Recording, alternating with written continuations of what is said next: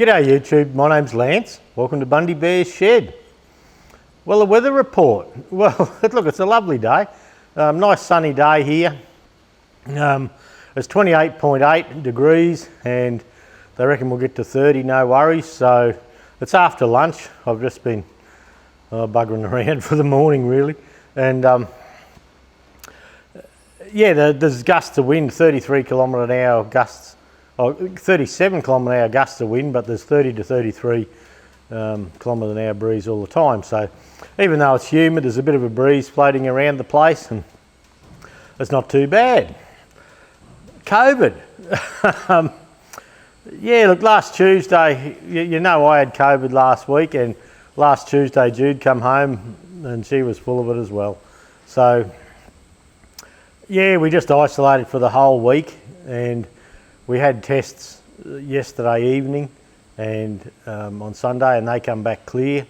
So even though we don't feel quite right, you know, not right up on 100%, well, there's no COVID present, and so apparently we're not going to transmit it to others and things like that. So that's a good thing, I suppose.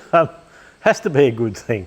Yeah, through the week, COVID must affect different people differently, and it affected Judy and myself differently. With myself, everything goes down into my lungs, so I was having a bit of a cough and using the puffers a little bit to try and keep the windpipes clear. But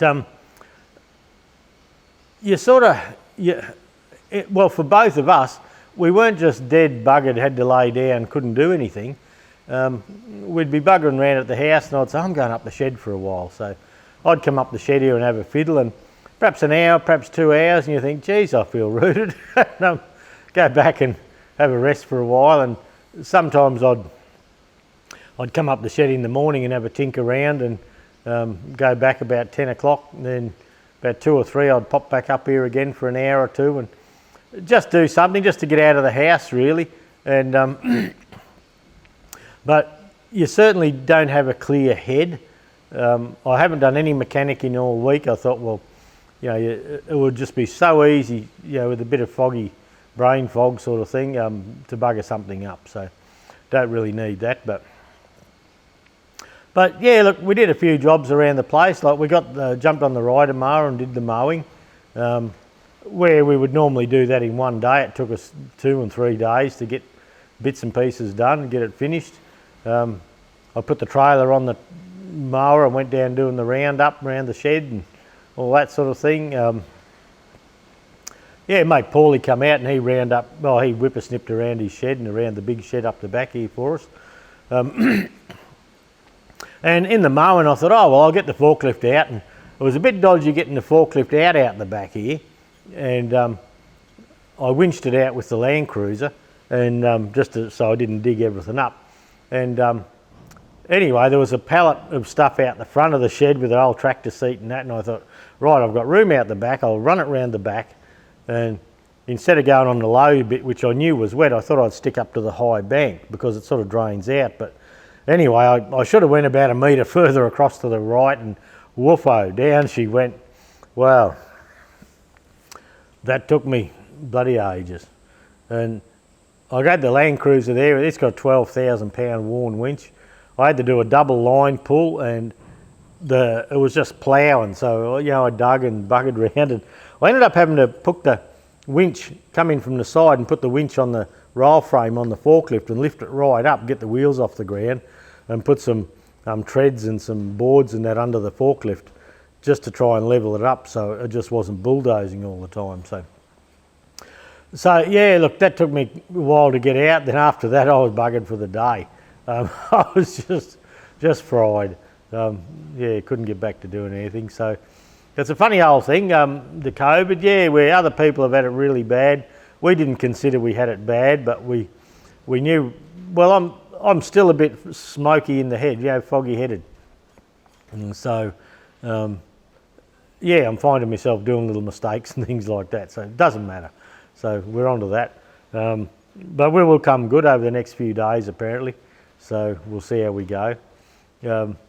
Coming up the shed here, I was talking to my mate Mick out in Mergen there, and he's got an old folder. He sold his business, but some of the old stuff that he'd already taken home years before. He's cranking some of that up. So he's got this big hydraulic folder. I don't know if it's a pan brake or just a full sheet, but yeah, when the movable jaw comes up, he's just had, over the years, they've just had a couple of centre pop marks, 30, 45, 60, and he said to me, any chance with me CNC, could we do a like a bit of a protractor for him? So we got together and he sent me a little video of what it was and what it looked like. So that's what we did. That's what I did on the CNC router. That's 3mm aluminium. And so, where's the zero? The zero mark's there, so zero's at the top and the sheet's here. When you bring this up, this will turn with the bed, I suppose, for want of a better word, and there'll be a pointer lined up here. So that's 5-degree increments, and I engraved that in with a little 20-degree pointy end mill. So I've got to get that to Mick. I don't know how we're going to do that, but we'll do it. We'll get it there.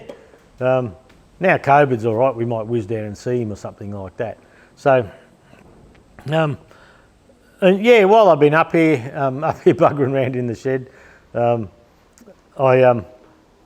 always wanted to have a fiddle around with engraving, as in electrolysis engraving. So making name tags and things for engines. So you can see, here's one here,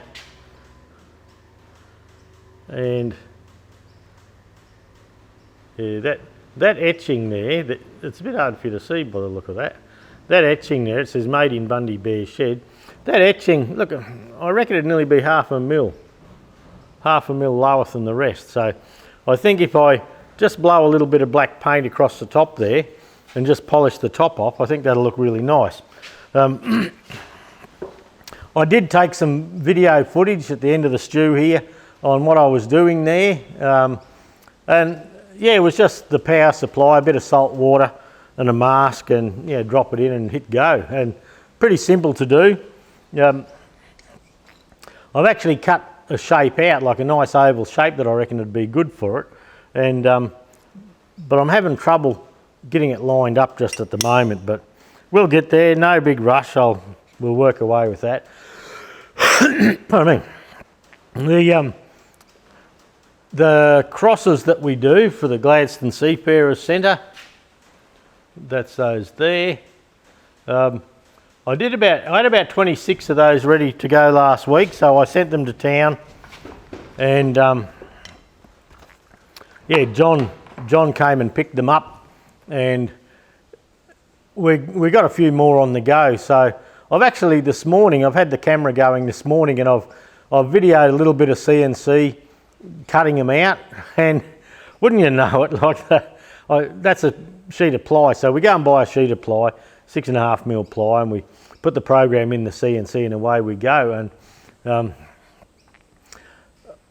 this morning I used a 6mm bit, and it was just too much pressure on it. You know, it kept wanting to move the board. So even though I was clamping it down, I had to change my my tool paths. So that was all right. So I did the second run with the 3mm single flute bit, and away we went and round we go. And well, I watched it. There's 54 in a sheet, in a 600 by 600 sheet. There's 54, and so I sat there and watched it, and I had about 10 or 11 to go, and I thought, oh look, it's lunchtime, I might just pop up and have a sandwich, and by the time I come back down, this will be finished. I come back down there and the bloody bit broke. Must have been just as I walked out the door.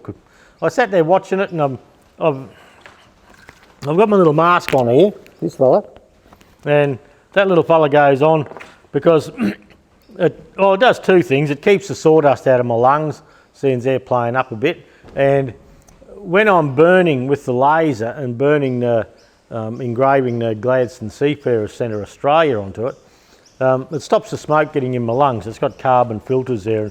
This is actually a welder's mask to stop any fumes coming in. So So I've been using that up there, but I couldn't believe it. Come back and here it is broken out. So I've got a little bit of footage of that at the end of the stew for you.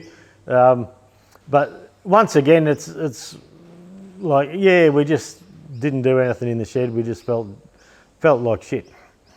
I'm hoping this next week's good. Ross dropped off a carbie. I've got a 28G carbie to do for someone.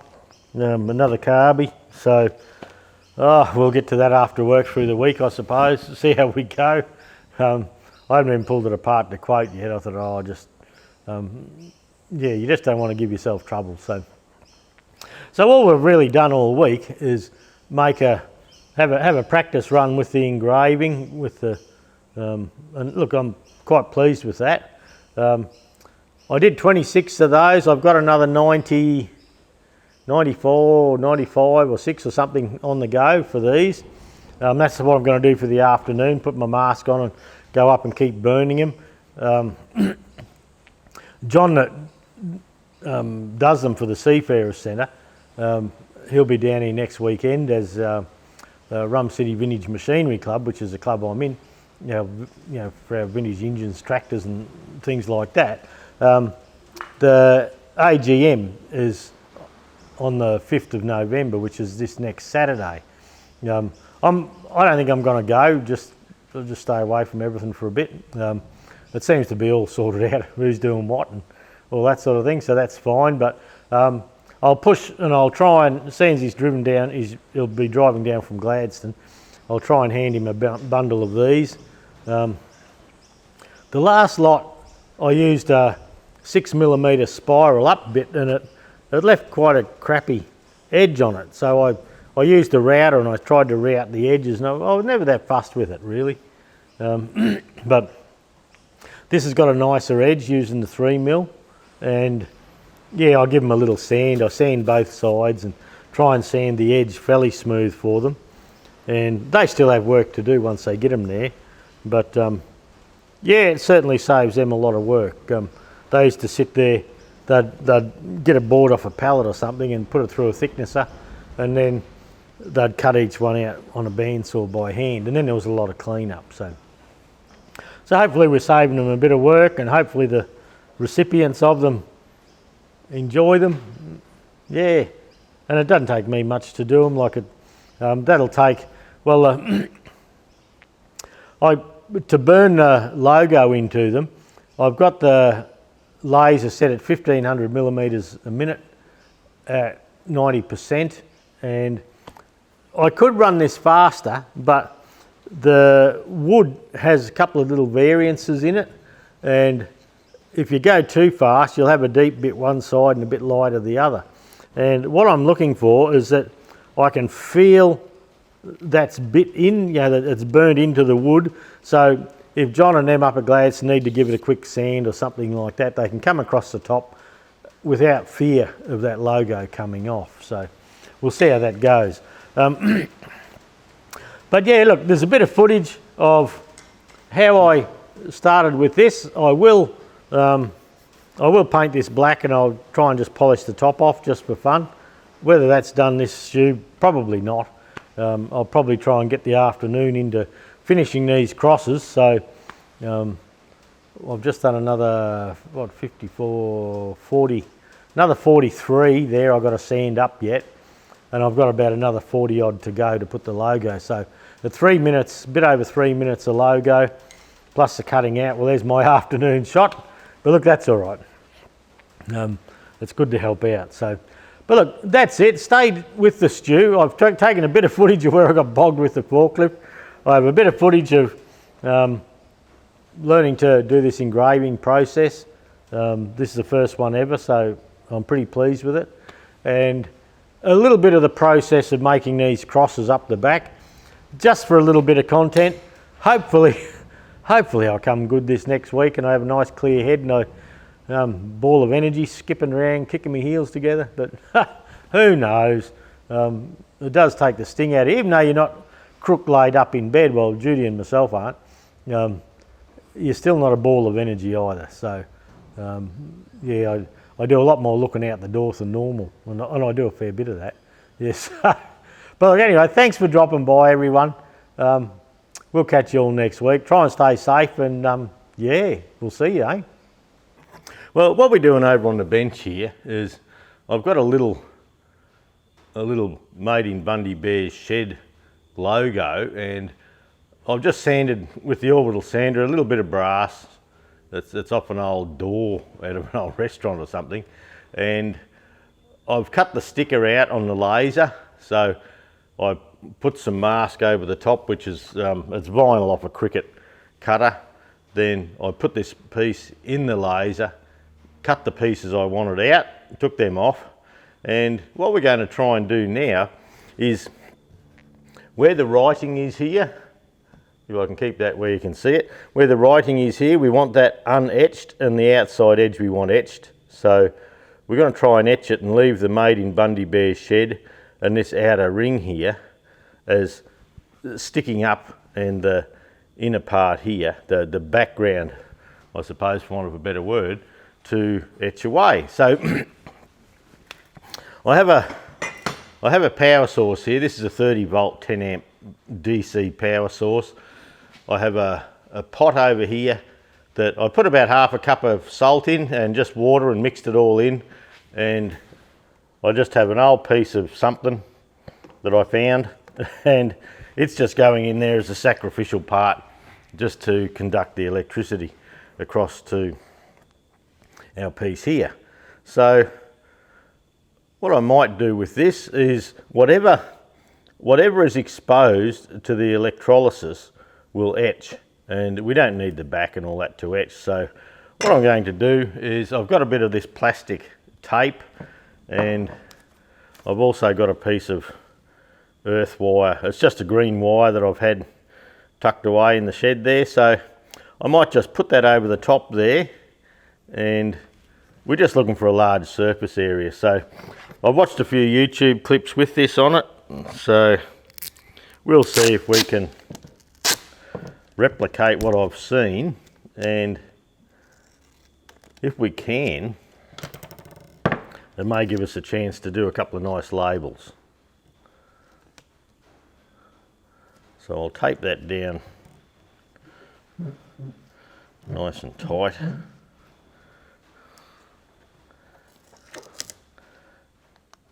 And over the back here, we can come over in through there, as long as we don't go over the edge, that go over the piece that we want to etch.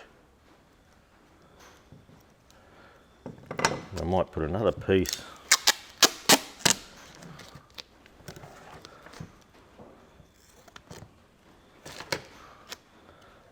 up over this top edge here, we're just looking to seal it all up really. And some of the labels that we're buying, they're going faded really quick, and there's got to be a better way to do it. Now, I'm not saying I'll be good enough here to do a Fergie badge, but that's what we're slowly heading towards. See if we can work out how to do some nice badges. So we'll just see how we go. Something I've been wanting to play with for a fair while now, so while I'm a little bit laid up, we'll give it a go. Something that's not too technical. You don't need to use my brain too much. And we'll bring this in over. Might pop a little cut here.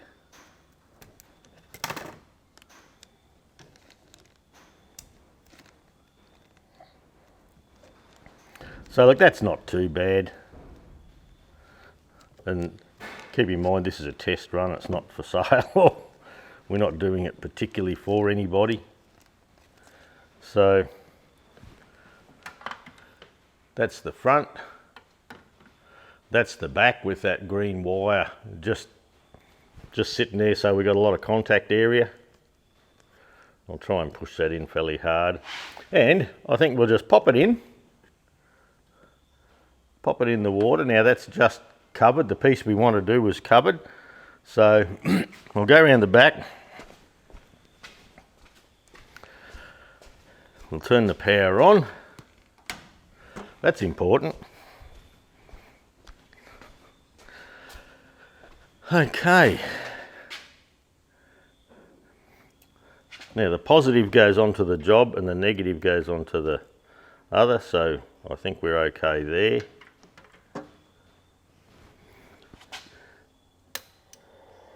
Now what do we have? We have 1 volt, so let's crank a few volts into this.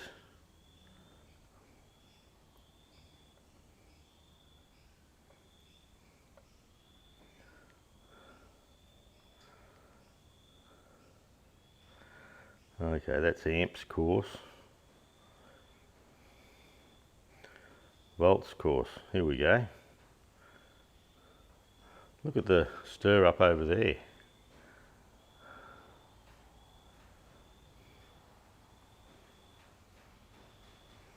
So let's just, I don't know what we're doing here, we'll go for 12 volts.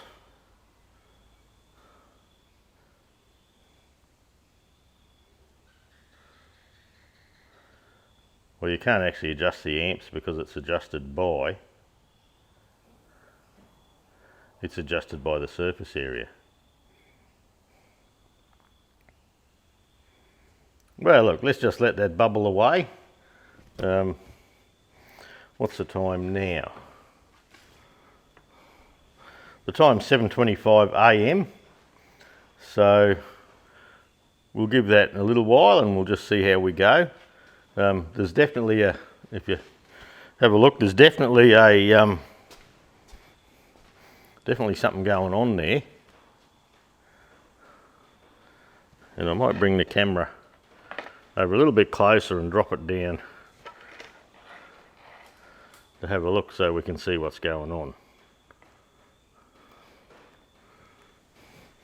So the surface area of what we're trying to etch and the surface area of this here will probably change how many amps we can draw. Now I've cleaned a lot of parts with electrolysis over the time, so yeah, look, we'll just see how it goes. With electrolysis in a big tub out the back, we used to put 20-30 amps through and we'd clean whole tractor bonnets and things like that. So anyway, we'll leave that for a little while. We'll see what happens. Yep,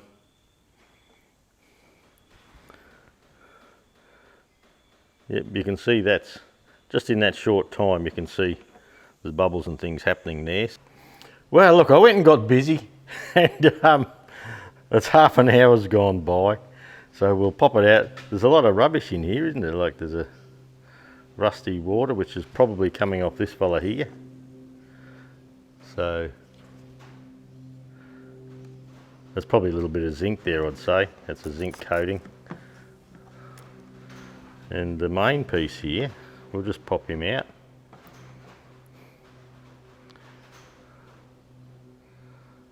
Oh, I think I can feel something there. Looks like the U's coming off there. Just in there, so I'd say this is about all we're going to do. So that's what it's looking like straight up. I'll turn the power supply off.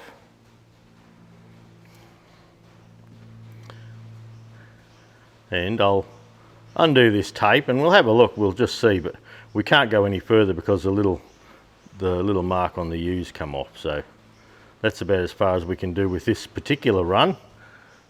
But we'll get him out of here. I'll go and give it a clean up and we'll come back. Well, look at that. You can see the shiny top on it, and you can feel it. You can feel it with your fingernail, no trouble at all. So I'll give that a wipe on my shirt again. Don't tell Mum. So look, that's a success. Now, what I also tried was I actually cut an oval out in the CNC router of brass. Then I was trying to put some tape across the top, then cut it. But for the life of me, I couldn't get it exactly square. So I've still got a little bit of work to do there. So, but in theory, if I paint this section black at the back here, just a light coat of black, and I come and polish the top off here, we should have a beautiful black emblem with nice shiny brass writing. So we may get to that, we'll see, but so far the etching process worked nicely. It wouldn't be 1/2 mil, but it's quite deep really, and you can see the words. See if I can get it in closer there. You can see the words are clear, they're lovely and clear, and that little U on the Bundy Bears, on the word Bundy, that tiny little section coming up there, look, that was thin, and that was a piece that come off when I started playing, but if I left it alone it probably could have went deeper. But yeah, look, that's an interesting little exercise just while we're in the shed buggering around, yeah, trying to stay out of mischief. Wow, look at this. I thought I'd come back through. I knew it was damp down in the bottom there, but I thought I'd come up higher on this bank with the forklift and just take a pallet of stuff around the back out of the way so we could do the mowing and all that. But I come hooking around there and just woof, 2 wheels on the left just sank out of sight. So you can see where the underneath of the forklift dragged along. So we got the Land Cruiser going and we got the winch on it, and it's a 12,000 pound worn winch on it. Well, we had to double the rope back so to do a double line pull. Still couldn't do it. So we ended up getting the winch onto the roll frame on the forklift, lifting it at the top so I could get that big board under the wheels and roll it back on there. So that buggered me up for one whole day just about. I spent a couple of hours digging and scratching and buggering around there, and yeah, with the old COVID I was knackered after that. Had to go and have the rest of the day off. But anyway, going alright today. I'll pick all this up shortly and yeah, give it all a wash and put it back in the shed. Okay, you can just see my screen there. It's a pretty crappy thing, but you can see where I've nested a heap of crosses there, and then I've gone to the 3D view, and where I've made my tool paths here, I've actually done a test run in the background, so just to see how we go. It looks like there'll be 52 crosses come out of this board. So we'll whiz across to Mach 3 and we'll load G-code. So on my PC, red CAD, I've just got a red Samsung T7 solid state drive that I put all my files on for carving and that. John's Cross. So John's Cross, I've got 2 tool paths made. So we'll start off with the holes. So we'll load that, and you can see on this side the G-code is loading. It's loaded there, and this over here, I've put the tool in, I've set the height to level with the top of the board. Now I need to set the 0 axis to 0, just so X, Y and Z axes are all where they should be. So I'll press cycle start. Before I do that, I'll take the camera over and I'll put it looking at the job, and you can see how that works. Okay, let me just see what the camera can see. Okay, you can see the board here. This is the bed where this is there. That's the router spindle, and this is the 6.5mm ply. Now I've got the depth, I've got the just touching the top there, and I've measured this at 6.5 roughly. So I've asked the cut to go to 6.6. So that will go down into my spoil board just a little, and I'm happy with that. That's why we have spoil boards. I've got it all clamped. So I'll press go and let's see if it wants to go nicely for us. So there we go.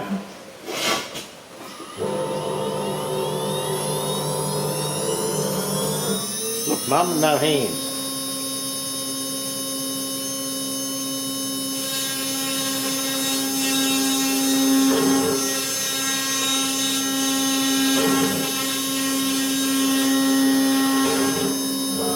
So I've got it set to 2mm depth of cut, so you'll see it come down. That's a 3mm end mill, but the hole is about 4.2. So it goes down, tidies up the outer, goes down, tidies up the outer, goes down, tidies up the outer. And it will do that 52 times here.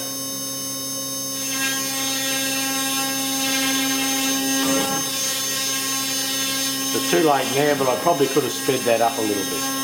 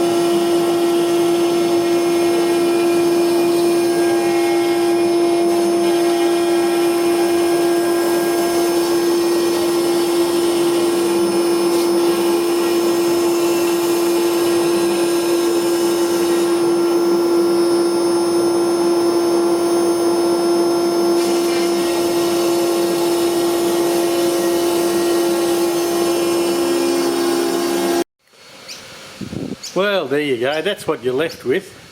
You have a cross here with some little tabs, and the tabs stop it from falling out. They hold it in the board so it doesn't kick sideways. Then you can just come along and pop them out. But you'll see a little section here. Well, I was sitting here watching it, and I thought, oh look, it's lunchtime, it's going good, I'll just whiz up, have a quick sandwich and come back, and looks to be going well. Well, must have been a minute or two after I walked away the bit broke, and it left this little piece here out. So they're the little pieces of broken single flute router, a little end mill. So, oh, there's a few there anyway. Anyway, that'll certainly keep me busy. It'll keep us going.